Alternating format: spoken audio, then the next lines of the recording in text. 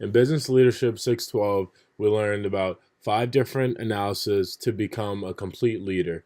And in order, I chose leadership ethics, authentic leadership, team leadership, path goal theory, and adaptive leadership to describe how to become a complete leader. The first leadership analysis was leadership ethics. I believe ethics is concerned with the kinds of values and morals of the individual and the organization. There were 5 principles to leadership ethics: respect others, serves others, shows justice, manifests honesty, and builds community. While studying leadership ethics, the 5 principles were definitely hard to choose from, but the two that stood out to me were honesty and serving others. Honesty as a leader is essential for oneself and to others. A leader should not be pressured by others to make decisions, and it should be made because the leader is true to themselves. Being a leader is not always about telling followers what to do. This is why I believe that serving others is an essential principle of ethical leadership.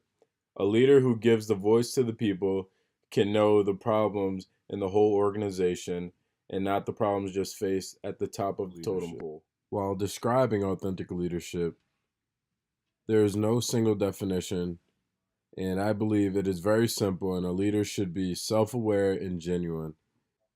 I have a great quote to describe this, and it is: "Be yourself, everyone is already taken," by Oscar Wilde. This quote is not too elaborate, but I believe it can take a leader very far. A leader just needs to be genuine with himself and not try to be someone else because he or she is still their own self at the end of the day. A leader is who they are, even though their studies may be different than other. There are a few perspectives when it comes to authentic leadership. The first, interpersonal perspective, which is what goes on within the leader. The second, interpersonal process, the leaders and the followers together and how they interact. Developmental perspective, which is nurtured in a leader.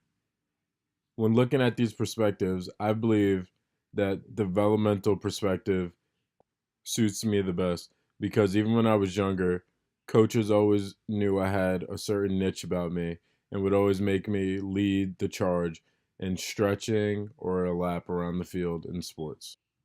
The third analysis that I chose was team leadership. While describing team leadership, I believe a team is a type of organizational group that is composed of members who are interdependent, who share common goals, and who must coordinate their activities to accomplish these goals. Organizational teams focus on strategies for maintaining a competitive advantage. Team based organizations have faster response capabilities, resulting in a more efficient organization. Team leadership definitely stands out to me because of my athletic background, and I know that it's more than just I. There's no I in team, and that's something that's always been installed in my mind forever. So I know that once I do lead the charge of an organization, that it will be team based because I truly believe that the more the minds that you have working on a certain task at hand, that more minds definitely lead to a greater outcome. What stood out to me was the Hill model. Based on a functional leadership claim that the leader's job is to monitor the team and take whatever action is necessary to ensure the team effectiveness. The model starts at the top with leadership decisions, moving to leadership actions, and finally focusing on the indicators of team effectiveness. How does this model work? The team leader and members can use the model to help them make decisions about the current state of their team and the specific actions they need to take. The fourth analysis is path goal theory.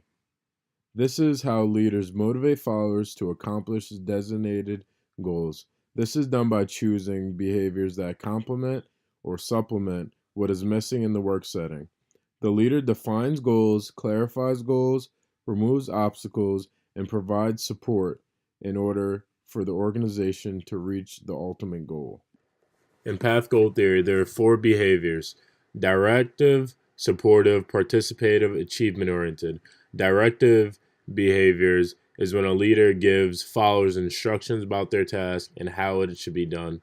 Supportive consists of friendly and approachable leader, which includes the well being of your human needs outside of work. Participative consists of inviting followers to share in the decision making. Achievement oriented is a leader who challenges followers to perform work at the highest level possible. When choosing one of these behaviors, I believe it is very situational. You will not be as directive towards one of your upper level managers inside of your organization. You will be more supportive because you believe that they are able to do the work on their own. Lastly, is adaptive leadership, which focuses on the adaptations required of people in response to changing environments. Why is this so important? It focuses primarily on how leaders help others do the work they need to do in order to adapt to challenges that they face. There are three different challenges: technical and adaptive challenges. Technical are clearly defined challenges with the organization knowing the solution. Adaptive challenges are problems that are not clear cut or easy to identify. Leaders encourage followers to define challenges and implement the solutions.